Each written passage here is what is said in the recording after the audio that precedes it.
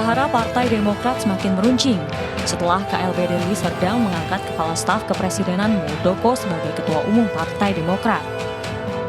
Mantan Panglima TNI era SBY ini pun menyambut keterpilihan dirinya dengan menghadiri KLB Partai Demokrat di Deli Serdang, Sumatera Utara pada Jumat malam. Saya sungguh sangat mengapresiasi saudara-saudara sekalian dari berbagai daerah, DPD, DPC, dan organisasi saya, para pendiri, para senior yang telah berani memperjuangkan cita-cita, yaitu sebuah partai Demokrat yang demokratis, terbuka, dan modern. Kubu AHY meradang. Mereka meminta Kemenkumham tidak mensahkan hasil KLB. Ketua Majelis Tinggi Partai Demokrat Susilo Bambang Yudhoyono angkat bicara.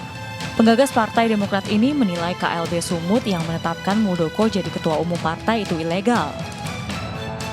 Semua persyaratan untuk diselenggarakannya KLB ini gagal dipenuhi atau tidak dipenuhi sehingga KLB ini benar-benar tidak sah dan ilegal.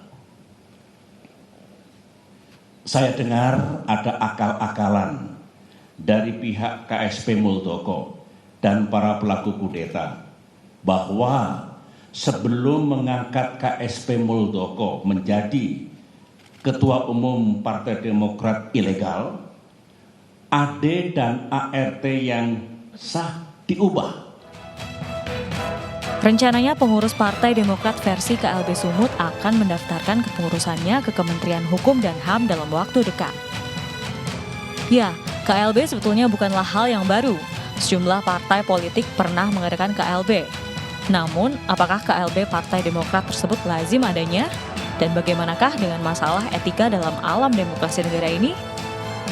Kita akan kupas lengkapnya di Indonesia Bicara. Ya, Kongres luar biasa Partai Demokrat di Deli Serdang menjadi sorotan banyak kalangan. Hal ini lantaran ketidaklaziman KLB tersebut. Meskipun banyak partai yang juga menyelenggarakan KLB dalam perjalanan politiknya. Lalu apakah atraksi yang tercermin tidak lagi memperhatikan etika dan moral politik? Bersama saya Aprilia Putri, kita akan berbincang lebih jauh terkait etika politik KLB versus AHY. Dan sebelum kami hadirkan perbincangannya ke hadapan Anda, terlebih dahulu kami sampaikan rangkaian informasi berikut ini yang mana kita harus memberikan apresiasi mungkin ya. Ini kan terbukti bahwa politik di Indonesia ini sehat begitu. Sudah ada narasumber di studio, Pak Muhammad Rahmat. Apa kabar Pak? Selamat malam. Selamat malam. Baik, Pak Rahmat ini adalah juru bicara Partai Demokrat Muldoko ya Pak ya? Iya. Baik, ini yang menjadi perbincangan banyak orang Pak Rahmat ya. KLB versi yang di Deli Serdang kemarin ini. Ada rencana akan didaftarkan ke Kemenkumham kapan itu Pak? Kira-kira? Oh iya, jadi KLB Partai Demokrat di Deli Serdang ini secepat mungkin ya dan sesegera mungkin akan kita daftarkan ke Menkumham. Oke. Tentu dengan melengkapi dokumen-dokumen yang dibutuhkan sebagaimana halnya partai politik. Dan di dalam KLB Deli Serdang ini kami menghasilkan 12 putusan. Jadi bukan hanya satu putusan tentang ketua umum saja. Oke. Ketua umum itu hanya keputusan yang sekian. Keputusan yang paling mendasar bagi kader Demokrat di KLB Deli Serdang adalah menghancurkan anggaran dasar Partai Demokrat tahun 2020 yang anggaran dasar itu sebetulnya anggaran dasar demokratis yang abal-abal. Kenapa disebut abal-abal seperti itu Pak? Karena anggaran dasar itu dibuat dan dihasilkan itu di luar Kongres. Tidak melalui persetujuan peserta Kongres Jakarta ya tahun 2020. Dilahirkan di luar Kongres. Dan anggaran dasar itu anggaran dasar karangan bebas yang meletakkan majelis tinggi sebagai penguasa tertinggi di dalam partai. Oke. Padahal penguasa tertinggi di dalam partai adalah pemegang hak suara, yaitu peserta Kongres. Majelis tinggi itu hanya memiliki 9 suara. Sementara peserta Kongres, ketua DPC, ketua DPD, totalnya ketua DPC aja memiliki suara 64 suara. DPC memiliki 514 suara. Lalu kenapa KLB tiba-tiba harus berdasarkan izin dari Majelis Tinggi? Oke. Dan Majelis Tinggi yang menentukan semuanya, sementara Majelis Tinggi itu tidak dipilih melalui Kongres. Baik, baik. Nah, ini adalah demokrasi abal-abal yang menjadikan Majelis Tinggi sebagai sosok personifikasi demokratis di dalam Partai Demokrat. Inilah yang menjadi bisul utama bagi kader Partai Demokrat. Jadi ada problematika itu begitu ya Pak Rahmat? Dia problematika Baik, ini sebelum kita lanjut sudah akut sekali. Lebih dalam lagi, ini saya akan sapa juga narasumber kita yang terhubung melalui sambungan Skype dan Zoom. Ada Bang Andi Malarangeng, Sekretaris Majelis Tinggi Partai Demokrat. Selamat malam. Assalamualaikum Bang Andi. Waalaikumsalam. Baik, terima kasih sudah bergabung bersama kami. Juga ada Bang Ubedillah Badrun, pengamat politik. Selamat malam Bang. Iya, selamat malam Mbak April. Baik, saya ke Pak Andi terlebih dahulu. Bang Andi, ini tadi yang diutarakan oleh Pak Rahmat mengenai adanya anggaran dasar yang abal-abal. Sebenarnya itu seperti apa sih Pak? Apakah betul seperti itu? Inilah Rahmat Darwani tidak ngerti apa-apa. Gimana nih Begini, maksudnya? KLB itu ya diatur dalam anggaran dasar, anggaran rumah tangga yang berlaku dan disahkan oleh negara, yaitu ADART 2020. Itu sudah dijelaskan juga oleh Pak Mahfud MD, Menko Polhukam. Yang berlaku sekarang ini yang sah tercantum dalam lembaga negara adalah ADART 2020. Nah, dalam ADART 2020 itu diatur bagaimana kalau mau bikin KLB. Nah, jadi KLB yang mau dibikin itu misalnya tetap harus mengacu pada ADART 2020. Salah satu syaratnya adalah harus ada, kalau permintaan dari Majelis Tinggi disetujui oleh 2/3 DPD, yang pemegang suaranya adalah ketua DPD, bukan yang lain. Lalu separuh dari DPC dengan pemegang suaranya adalah ketua DPC, bukan yang lain. Dan disetujui oleh ketua Majelis Tinggi. Ini nggak ngerti nih dari wartawan ini. Baca baik-baik itu ADART. Itu yang harus diikuti sebelum Anda mau bikin KLB. Lalu kemudian ketua Majelis Tinggi itu dipilih oleh Kongres. Nggak hadir kali waktu Kongres ini. Nggak ngerti apa-apa. Ketua Majelis Tinggi itu dipilih. Lebih dulu dipilih, lalu kemudian oleh anggota Kongres. Lalu kemudian ketua umum dipilih. Jadi dua-duanya dipilih. Jadi ini yang kemudian nggak mau diakui. Kenapa? Karena dia mau bikin abal-abal. Nah, coba lihat juga itu sama dengan jaket Demokratnya Pak Muldoko itu. Nggak tahu beli di mana dia itu. Oke.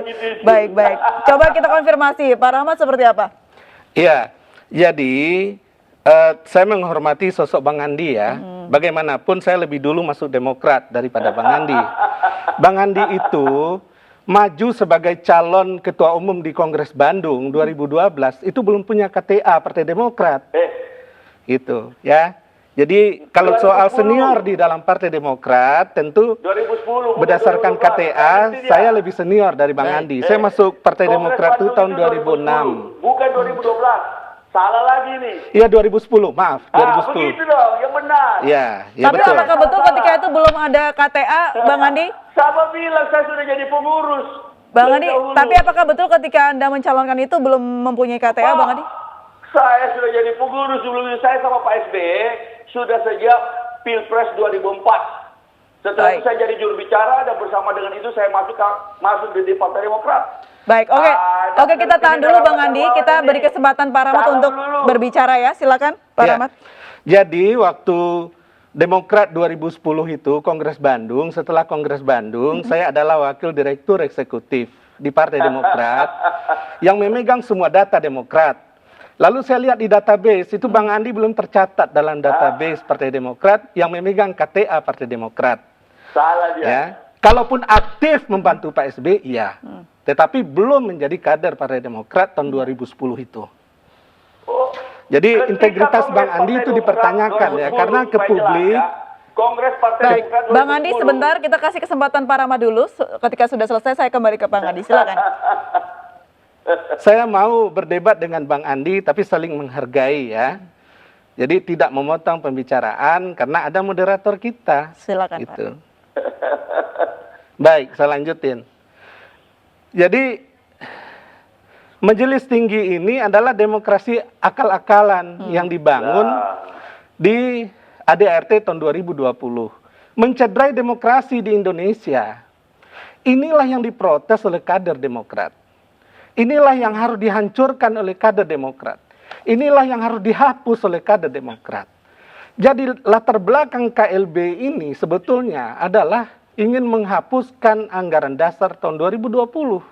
Di mana Anda melihat ada kecacatan di situ? Luar biasa cacatnya. Ini adalah mencederai demokrasi di Indonesia. Meskipun tadi yang disebutkan Bang Adi, kalau dibuatnya sudah memenuhi syarat yang ditetapkan. Bagaimana memenuhi syarat tanpa persetujuan anggota Kongres dan dilahirkan di luar Kongres? Dibuka aja data Kongres Jakarta 2020. Ada rekaman videonya, ada aturan apa keputusan-keputusannya. Nah, inilah dasar dari kader untuk merubah. Jadi salah satu keputusan Kongres di Deli Serdang adalah menghancurkan anggaran dasar Partai Demokrat tahun 2020 dan kembali kepada anggaran dasar Partai Demokrat tahun 2005 yang sangat demokratis dan terbuka. Ini masalahnya adalah di anggaran dasar yang mana masing-masing pihak mempunyai opini tersendiri. Saya ke Bang Ubedillah Badrun. Bang Ube, sebenarnya seperti apa sih yang betul kalau memang dianggap anggaran dasar ini tidak memenuhi persyaratan atau tidak sesuai? Apakah yang dilakukan di KLB ini sudah tepat atau seperti apa seharusnya? Iya, saya kira sebagai Partai Demokrat yang memegang prinsip-prinsip demokrasi, seluruh keputusan yang dihasilkan tentu saja mesti melalui sebuah mekanisme demokratis. Anggaran dasar dan anggaran rumah tangga itu hanya bisa disahkan di dalam sebuah kongres nasional dari sebuah partai politik. Dan kalau lihat dari peristiwanya, tahun 2020 itu kan sudah melakukan kongres. Dan kemudian tiba-tiba ada kongres di 2021. Menurut saya yang disebut KLB itu, ini berarti ada problem di kader Partai Demokrat yang pada tahun 2020 itu mereka justru bukan menjadi seorang yang demokrat. Kalau seorang demokrat, itu semuanya pada tahun 2020 mestinya didiskusikan di situ, diperdebatkan di kongres itu. Tapi kongres sudah berlangsung 1 tahun, sudah selesai misalnya, tiba-tiba muncul lagi. Ini kan artinya ada agenda yang tidak terbuka di dalam perdebatan-perdebatan di Partai Demokrat. Nah, parahnya atau menariknya, kelompok yang tidak terbuka di dalam perdebatan di forum kongres itu, mereka kemudian justru berdekatan dengan elit kekuasaan. Ini yang kemudian sebagai analis saya melihat ya sulit untuk dibantah bahwa ini ada intervensi atau kerjasama antara orang-orang yang ada di dalam atau mantan atau bahkan sudah dipecat sebagai anggota Partai Demokrat berinteraksi dengan dalam tanda petik orang istana. Ini yang kemudian ditafsirkan bahwa ada intervensi kekuasaan di dalam proses ini. Sehingga cita-cita demokrasi atau gagasan demokrasi yang tadi digagas oleh Pak Rahmat itu tentu saja diragukan karena ini tidak murni sebagai sebuah gagasan demokrasi. Kenapa tidak diperdebatkan 2020 lalu kenapa kemudian berinteraksi dengan orang istana? Saya kira ini juga problem yang bisa ditafsirkan sebagai intervensi kekuasaan. Di sisi lain, saya kira di internal Partai Demokrat, saya kira perlu ada satu diskusi yang lebih rileks, lebih terbuka untuk menampung beragam kepentingan di tubuh Partai Demokrat. Saya kira itu. Baik, itu dari kacamata pengamat politik dan mungkin itu menjadi pertanyaan juga di masyarakat hingga saat ini. Kita akan tanyakan langsung ke Pak Rahmat, namun kita harus jeda terlebih dahulu. Tetap bersama kami pemirsa di Indonesia Bicara.